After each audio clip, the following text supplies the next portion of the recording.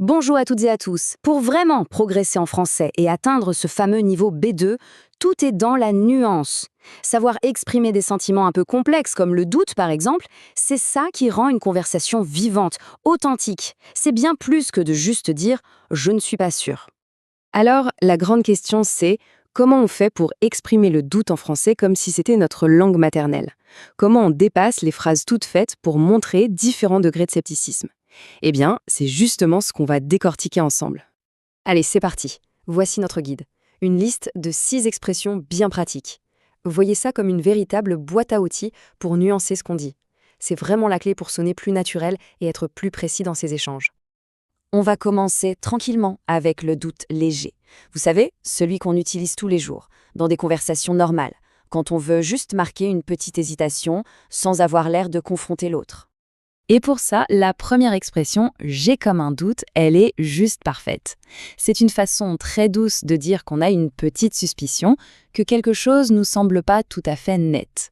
Par exemple, un ami vous dit qu'il a rangé tout son appartement en 5 minutes, on peut lui répondre avec un petit sourire « ah ouais, j'ai comme un doute ». Allez, on monte d'un cran d'intensité avec « je n'y crois pas trop ». Là, le scepticisme est un peu plus clair, mais le mot « trop » à la fin, ça adoucit quand même pas mal l'expression. On dit qu'on n'est pas vraiment convaincu, mais ça reste assez détendu. Il est persuadé qu'il va voir son augmentation. Perso, je n'y crois pas trop. Bon, maintenant, on passe à des situations où le doute n'est plus si léger. Là, le but, c'est plus seulement d'hésiter, c'est d'exprimer son scepticisme de manière très claire, très directe. Et là, attention, la différence est cruciale. J'en doute fort, ça s'attaque à l'information, au fait en lui-même. En revanche, je ne te crois pas, c'est beaucoup plus personnel. Ça vise directement la crédibilité de la personne en face. Il faut donc bien choisir, est-ce qu'on remet en cause l'histoire ou la personne qui la raconte? On peut vraiment voir ça comme une sorte d'échelle du doute. On commence tout en bas avec ce petit sentiment léger, j'ai comme un doute. On grimpe un peu pour une opinion plus affirmée avec je n'y crois pas trop, et on arrive tout en haut du scepticisme avec j'en doute fort, qui lui ne laisse vraiment pas de place à l'ambiguïté. Mais parfois, le doute, ce n'est pas époutounion qu'on a construite. Non, c'est une réaction à chaud, un réflexe, face à quelque chose de tellement incroyable que ça se mélange avec de la surprise.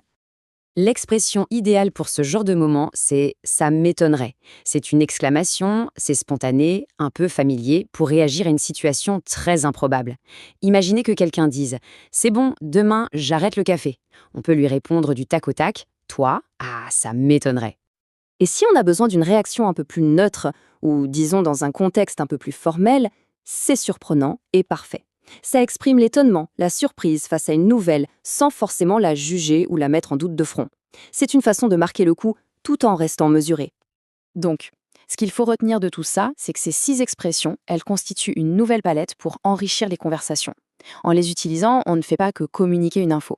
On partage un sentiment, une nuance. Et c'est ça qui fait toute la différence pour parler de manière plus authentique. Allez, un petit récapitulatif de notre boîte à outils.